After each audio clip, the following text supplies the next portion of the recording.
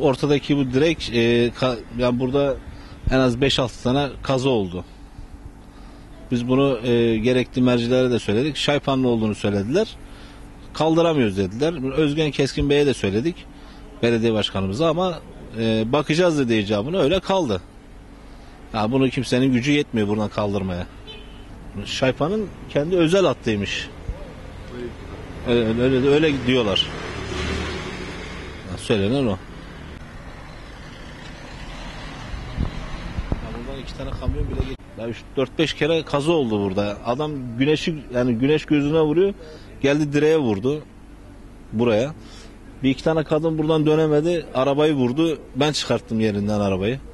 Yani bayağı kaza oluyor burada ama yani bunu tabii belediyenin ilgilenmesini istiyoruz yani.